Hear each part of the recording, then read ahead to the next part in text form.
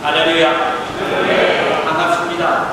오늘 이렇게 처음 뵙는 얼굴도 있고 또 오랜만에 뵙는 얼굴도 있습니다.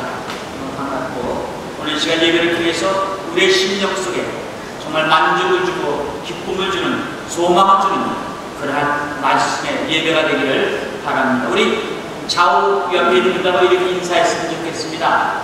반갑습니다. 사랑합니다. 반갑습니다. 사랑합니다. 아멘. 반갑습니다. 사랑합니다. 우리 기도하겠습니다. 다 함께. 오늘도 이렇게 하나님 앞에 주일 예배를 드릴 수 있도록 인도해 주신 하나님께 감사와 찬양을 드립니다. 이 시간 저희들 하나님의 말씀을 상고할 때 성령님 함께해 주셔서 우리의 심령 속에 뜨거움이 가득 차게 하시고 기쁨과 은혜가 넘치는 예배가 되게 해주셨기를 간절히 바라고 원합니다. 오늘도 이 시간 아름다운 찬양과 하나님께 영광을 돌린 우리 성가대에게 은혜를 베풀어 주시고 그 가정과 그 삶 속에 성령의 인도하심과 사랑으로 행복하고 복 있는 삶을 살아가는 삶을 허락해 주옵소서. 오늘도 대일금당 비전 투입 중에 있는 청년들과 인도하고 있는 우리 이동만 집사님, 이우영 목사님에게 건강을 주시고 어려울 때마다 성령님께서 도와주셔서 남은 기간 무사히 마치고 건강하게 돌아올 수 있도록 인도해 주시기를 원합니다. 이 시간도 부족한 점 하나님 말씀을 강의할 때에 말씀 속에 오시는 성령님을 인도하시고 우리 모두가 주님의 세미한 음성을 들을 수 있는 복된 시간으로 인도해 주옵소서.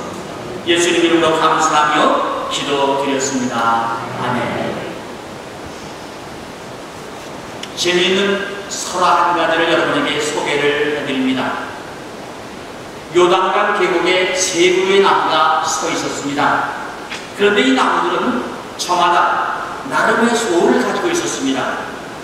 첫 번째 나무는 예루살렘으로 가서 목수의 손에 잘 다듬어져서 하나님 성전의 제목이 되고 싶었습니다.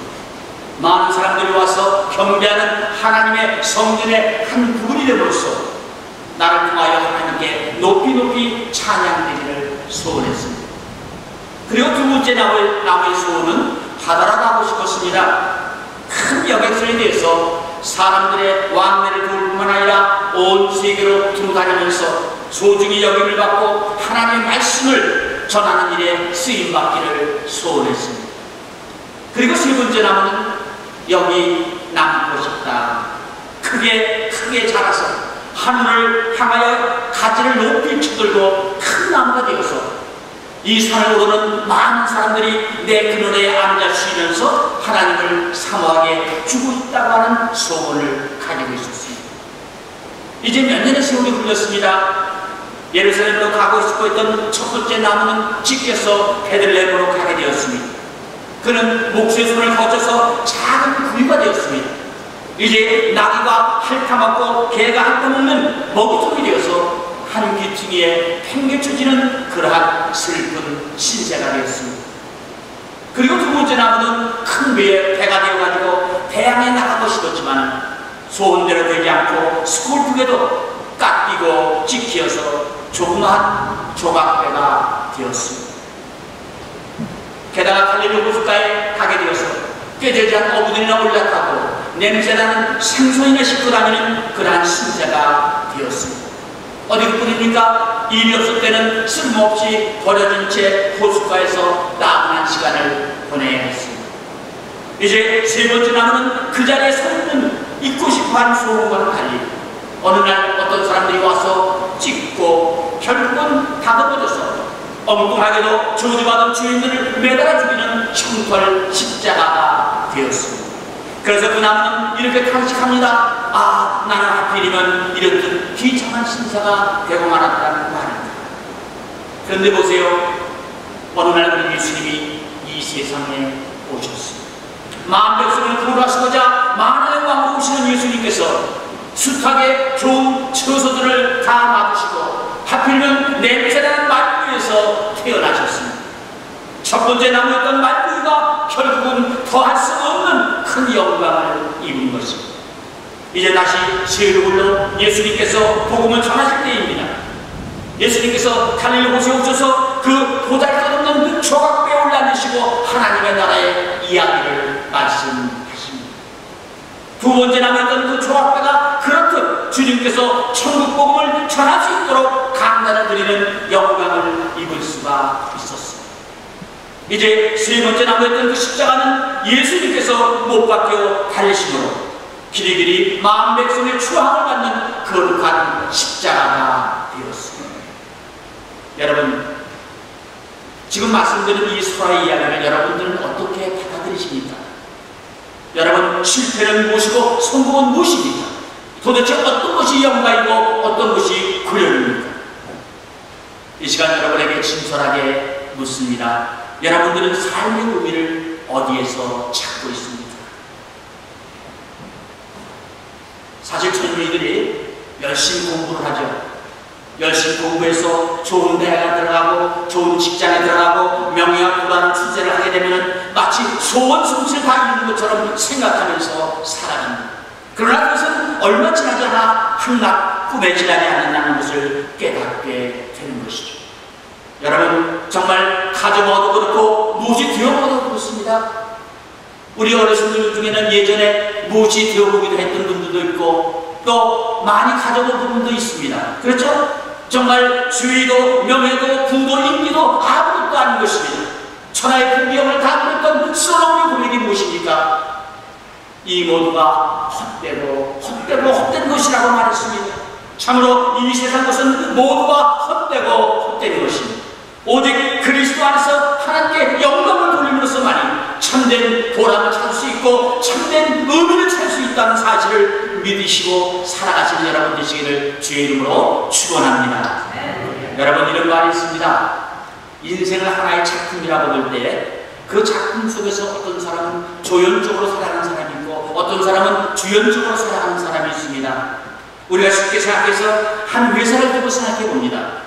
그 회사의 사장은 주연급입니다. 그리고 여타 직원들은 모두 다 조연급이라고 말할 수 있습니다. 또 가정에서는 가장의 주연급이요 다른 식구들은 다 조연급이라고 말할 수가 있습니다. 그런데 이 조연급들은 뭔가 좀 잘못되기도 하면 그 책임을 모두 주연급에게 돌립니다. 조연자인 나는 할 바를 다 했는데 주연자가 멍청해서 잘못하니까 내 수고는 헛일되고 말았고 사업이 잘 안 되는 것이라고 원망을 합니다. 한편 주연자는 어떻습니까? 이건 정치가 잘못되어서 그렇고 또 경제가 잘못되어서 그렇다, 시기가 잘못되었다, 결국 내 탓이 아니다라고 책임을 물습니다. 결국은 아무도 책임의식을 가진 사람이 없다는 결론입니다. 교회에서 마찬가지입니다. 교회가 부흥이 안 되는 원인은 목사님 때문이야, 장로님 때문이라고 책임을 돌리는 교인들이 있습니다.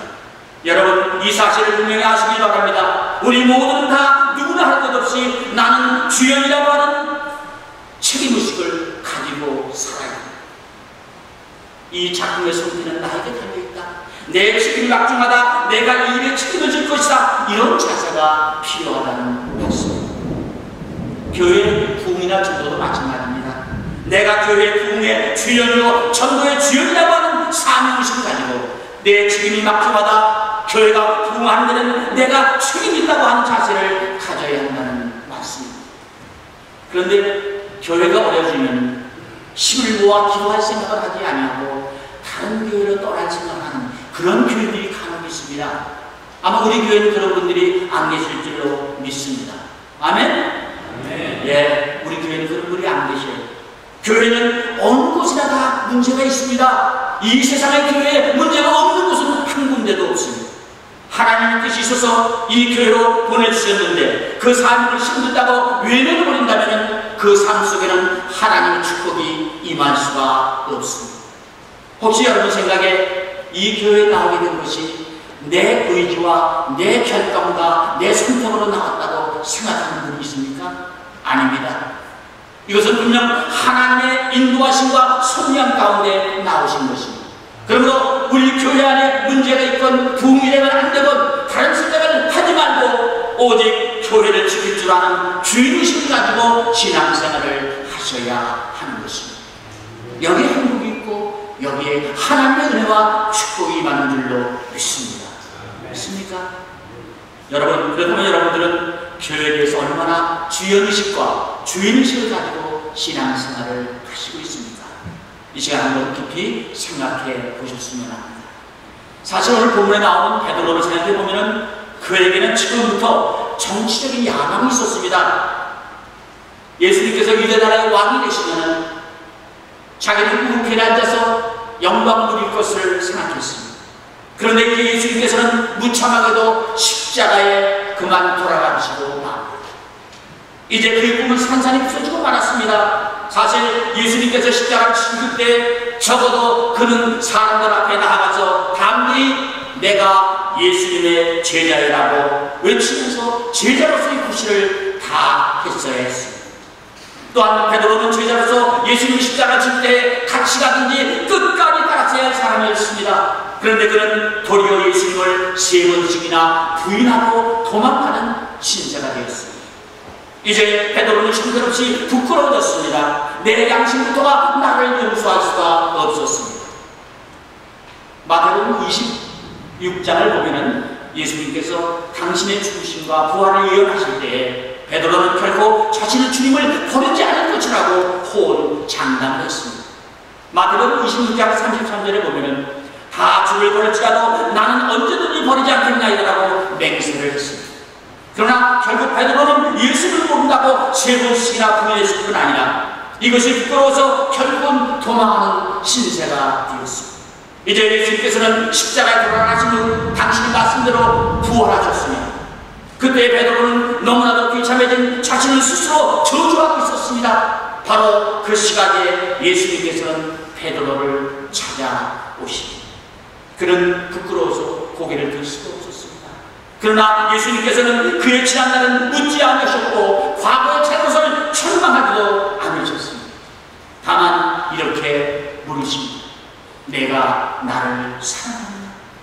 아직도 나를 사랑하고 있느냐? 지금도 나에 대한 사랑은 변함이 없느냐? 이렇게 물으십니다.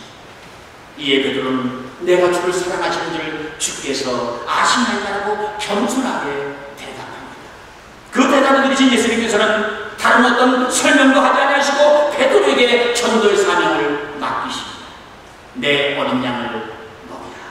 내가 십자가를 지심으로써 구속한 그 고귀한 내 양들을 내가 맡아서 먹이라고 하는 중대한 사명을 맡기십니다. 이것은 바로 베드로에게 제게 기회를 주신 것이요 다시 한번 인정해 주시는 엄청난 큰 은혜였습니다. 그리고 오늘 본문 18절에 보면 예수님께서 베드로의 운명을 미리 정해주시는 말씀이 나옵니다. 거기 보니까 젊어서는 내가 스스로 뛰뛰고 원하는 곳으로 다녔거니와 늙어서는 내 팔을 벌리리라. 여기서 팔을 벌린다고 하는 것은 십자가에 못 박힘을 의미합니다. 예수님께서는 베드로가 십자가에 못 박혀 죽을 것임을 말씀하고 있습니다. 정말 한평생을 복음을 전하다가 그때 주님처럼 십자가에 못 박혀 죽는다는 것은 얼마나 큰 영광입니까? 이렇듯 놀랍고 영광된 그 시각에 바로 그 시각에 베드로는 실수를 하고 맙니다. 그는 이 큰 영광을 은혜가 아닌 자기가 지은 죄의 주어지는 형벌의 대가로 받아들였습니다. 그는 지난날 자신이 예수님을 부인했기 때문에 이 같은 형벌을 주어지는 것이라고 생각했습니다. 내 양을 먹이라 하시는 축복의 말씀을 생각하지 않고 손을 벌리고 죽는다라는 그 사실만을 생각하고 염려하고 있습니다. 여러분, 오늘 보면 20절을 보면 예수의 사랑하신 그 제자라는 말씀이 나오죠. 이는 사도 요한을 지칭하는 말씀이라고 생각합니다. 사도 요한이 이글을 쓰고 있기 때문에 자신의 이름을 드러내지 않으려고 대신 사랑하는 제자라는 그런 말로 표현을 하고 있습니다.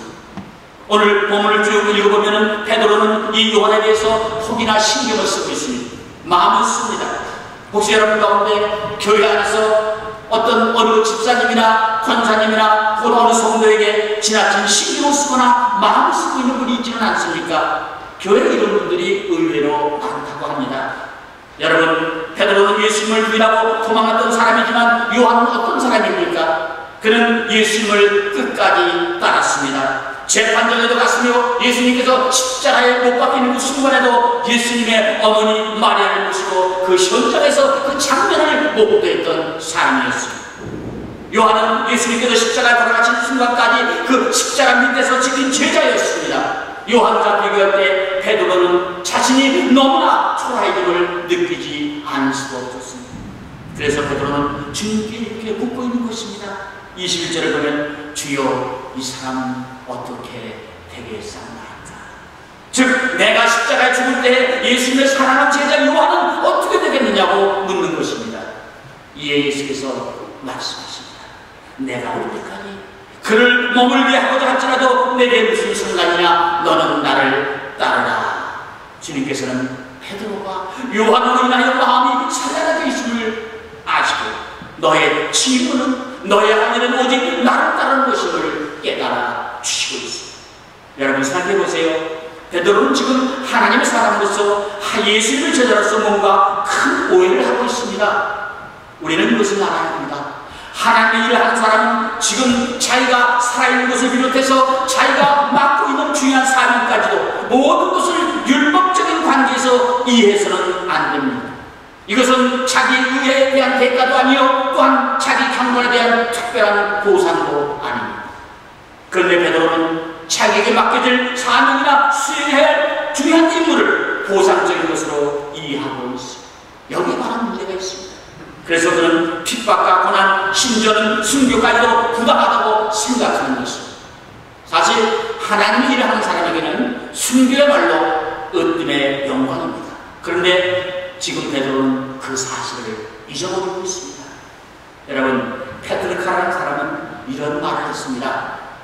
사람이란 어떤 일을 하든지 그 마음에 항상 평안이 있어야 한다. 참 일리가 있는 말씀입니다.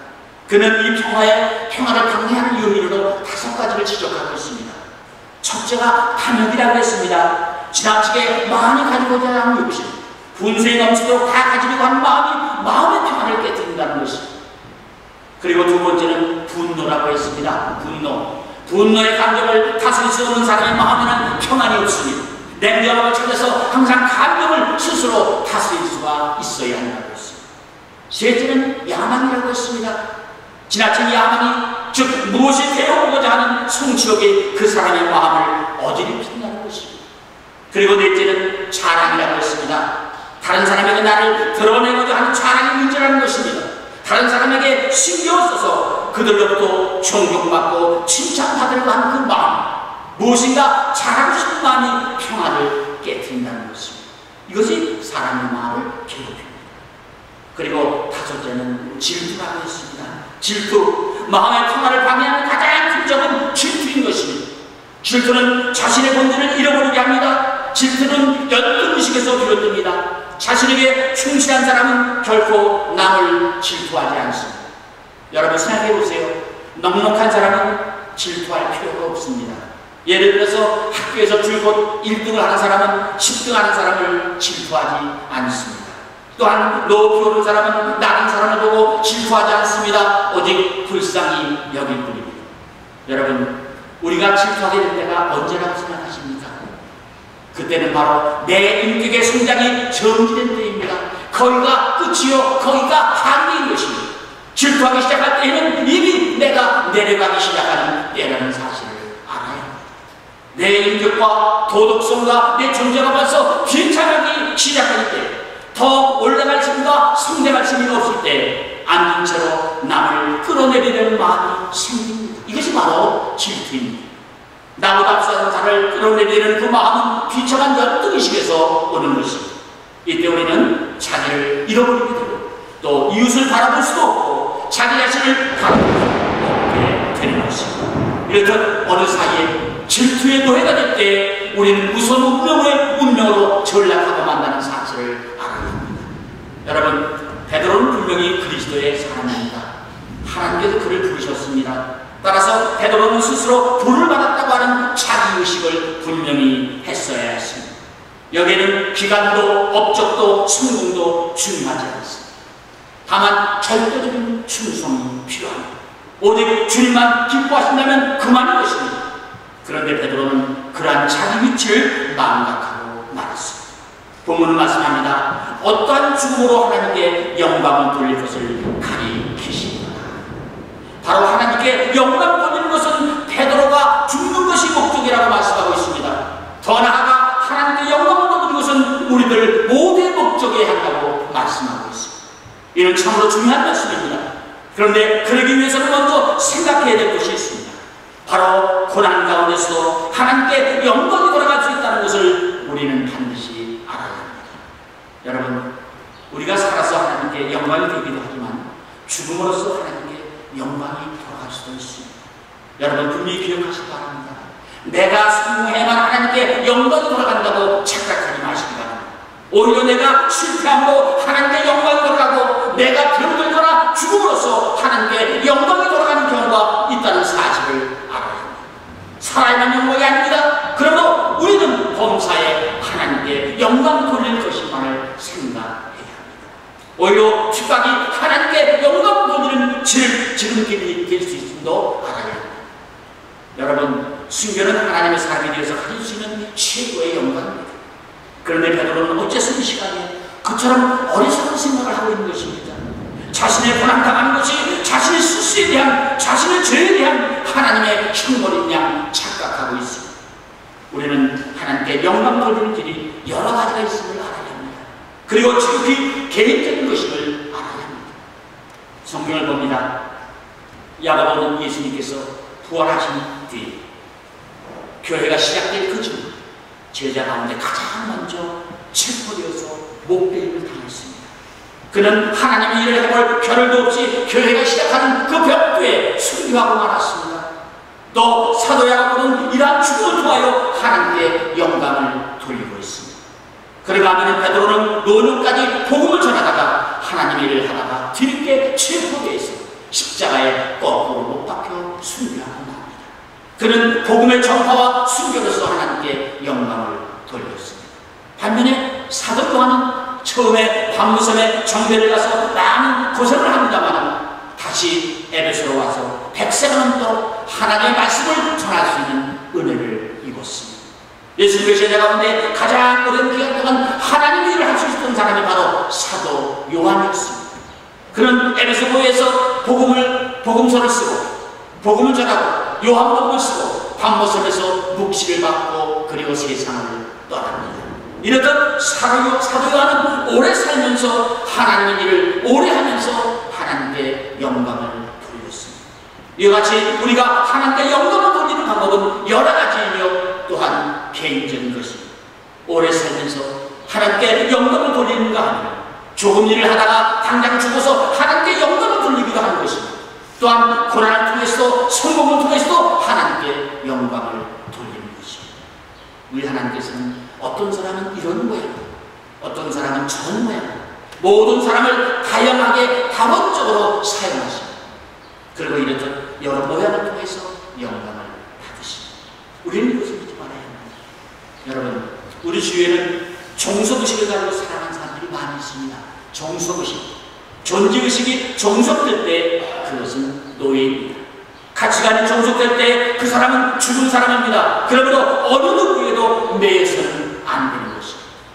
비록 우리가 결혼해서 평생을 같이 하는 부부라 할지라도 하나님 앞에서 나라는 존재는 아내에게 매여서도 안 되고 남편에게 매여서도 안 되는 것입니다. 정말 하나님 앞에서 나는 떳떳이 자유할 수 있어야 하는 것입니다. 남편 탓을 하면서 내 운명을 그르쳐서도 안 되고 아내 탓을 하면서 하나님의 일을 못해서도 안 되는 것입니다. 또한 자식이 귀한 것이지만 자식을 위해 내가 사는 것이 아닙니다. 분명 하나님 앞에서 서 있는 내 모습은 내가 지켜야 하는 것입니다. 여러분, 우리는 누구에게도 매여서는 안 됩니다. 남을 탓하면서 하나님의 일을 게을리해서는 안 됩니다. 예수께서 말씀하십니다. 내게 무슨 상관이냐? 주변의 여건이나 남을 탓할 것이 아니라 자신에게 주어진 사명을 잘 열심히 감당하라고 말씀하십니다. 여러분, 진실로 여러분들은 하나님께 주어진 그 사명을 열심히 감당하고 있습니다. 남을 탓하거나 하나님을 원망하지는 않습니까? 내게 닥친 고난과 역경으로 인해서 혹시 하나님을 원망하거나 내게 주신 사명을 외면하면서 살아가는 그러한 성도들은 있지 않습니까? 아니면 나보다 잘 살고 행복하게 사는 이웃에 대해서 질투나 미움의 감정을 가지고 있는 분은 있지 않습니까? 또한 나보다 좀 더 많이 배우고 많이 가졌다고 해서 그를 미워하고 시기하는 분은 안 계십니다. 예수님은 이 시간 단호히 내게 무슨 상관이냐? 너의 할 일이나 열심히 하라고 말씀하십니다. 여러분들은 사람의 말에 얼마나 신경을 쓰고 있습니까? 또한 다른 사람이 받는 보상에 대해서는 어떤 생각을 가지고 있습니까? 혹시 하나님께서 다른 사람에게 얼마나 많은 복을 주시나 그 점에 마음을 쓰고 있지는 않습니까? 그러나 여러분, 그것은 나와는 아무런 상관이 없습니다. 나는 내가 가야 할 길을 갈 뿐입니다. 하나님께서 저 사람에게 주시는 보상에 대해서 신경을 쓰는 것은 결코 좋은 마음이 아닙니다. 이러한 증상이 깊어질 때 내 신앙의 페이스를 잃어버리게 되고 필경에는 내 존재, 내 능력까지도 비참해진다는 것을 잊지 말아야 합니다. 여러분, 내게 향하신 하나님의 뜻이 따로 있습니다. 오직 나는 내가 하는 일만 하면 됩니다. 마태복음 25장에는 우리가 잘 나란히 들고 나옵니다. 어느 주인이 탑으로 갈 때 세 명의 종에게 각각 큰 5달란트, 2달란트, 1달란트를 맡기고 떠났습니다. 성경에는 없으나 1달란트 받은 사람은 주인이 원망스러웠던 것 같습니다. 아니, 5달란트를 받은 사람에 대한 질투가 있었던 것 같습니다. 그래서 그는 결국 1달란트를 감당할 수 있는 그 능력마저 그 돈과 함께 땅에 묻어버리는 어리석은 사람이 되어버리고 맙니다. 간혹 교인들 가운데 보면 하나님께서 귀한 재능과 달란트를 주고만 그것을 사용하지 않고 묻어버리는 사람들이 많이 있습니다. 이는 하나님께서 기뻐하시지 않습니다. 여러분, 잘 들어주시기 바랍니다. 여러분에게 하나님께서 얼마나 달란트를 주셨든지 내게 향하신 하나님의 뜻이 어디에 있든지 오직 충실하게 지켜나가시기를 바랍니다. 그리고 보상도 바라지 마세요. 또한 다른 사람에 대해서 신경도 쓰지 마세요. 예수께서 말씀합니다. 내가 올 때까지 그를 머물게 하고자 할지라도 내게 무슨 상관이냐? 너는 나를 따르라. 즉, 내가 마음을 쓰고 있는 요한을 머물게 하든 떠나게 하든 그것은 베드로도 하는 아무런 상관이 없다고 설명하시는 말씀입니다. 오직 베드로가 감당해야 할 유일한 의무는 주님을 따르는 길이요 주신 사명을 감당하고 감당해야 하는 것을 확인시켜 주시고 있습니다. 주님은 이 시간 우리들에게 말씀하십니다. 다른 일이나 다른 사람에게 신경 쓰지 마라. 내게 무슨 상관? 너는 오직 내게 준 사명을 충실하게 지키면서 따르면 된다고 말씀하시고 있습니다. 바로 여러분 모두가 하나님께 주신 사명에 순종과 충성하고 하나님께 영광을 돌리시고 주님께 주시는 그 은혜와 축복이 넘치는 그러한 삶을 살아가는 여러분들 되시기를 주의 이름으로 축원합니다. 할렐루야. 우리 이 시간 잠시 한음성으로 통성 기도하기를 원합니다. 오늘 주신 말씀이 내게 깨달음과 감동을 주셨다면 주님께서 내게 주신 사명을 잘 감당하고 있는지 아니면 세상에 치우쳐서 내게 주신 사명을 감당하지 못하고 있는지 다시 한번 확인하고 하나님의 사랑을, 하나님이 주신 사명을 다시 한번 깨닫는 시간이 되기를 원합니다. 정말 베드로를 책망했던 주님의 음성이 내게로 샤고 있지는 않은지 기도로 확인하시고 또 잘못하고 부족한 것이 있다면 우리가 회개하고 하나님 앞에 기도하는 시간, 우리 잠시 2, 3분 동안만 통속으로 기도하시기를 바랍니다. 기도하겠습니다. 하나님 아버지, 오늘 우리는 부족하고 연약해서 때로 주신 사명을 감당하지 못할 때가 많습니다. 교회의 주임의식을 갖지 못하고 구교급 교인이 될 때도 많았습니다. 또한 주신 귀한 사명을 귀하게 여기지 못하고 마음대로 생각하고 소홀히 여겼던 그런 점도 있었습니다. 베드로와 같이 이웃을 의식하고 성도들에게 신경 쓰고 주신 사명을 감당하지 못할 때도 있었습니다. 주님 용서하여 주옵소서. 주님 불쌍히 여겨 주옵소서. 주님 부족한 저희들에게 다시 한번 새로운 사명을 깨닫게 하시고 성공도 실패도 건강도 병들음도 가난함도 모두가 하나님께 영광을 받는 것임을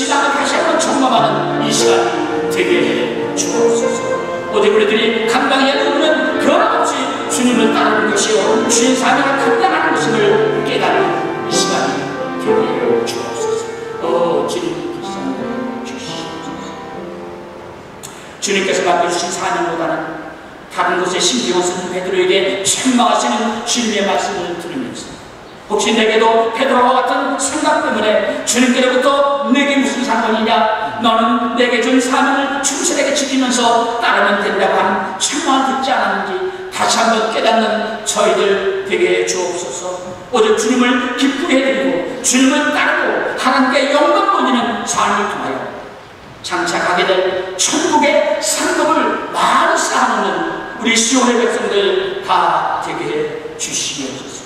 예수님 감사하며 기도드렸습니다.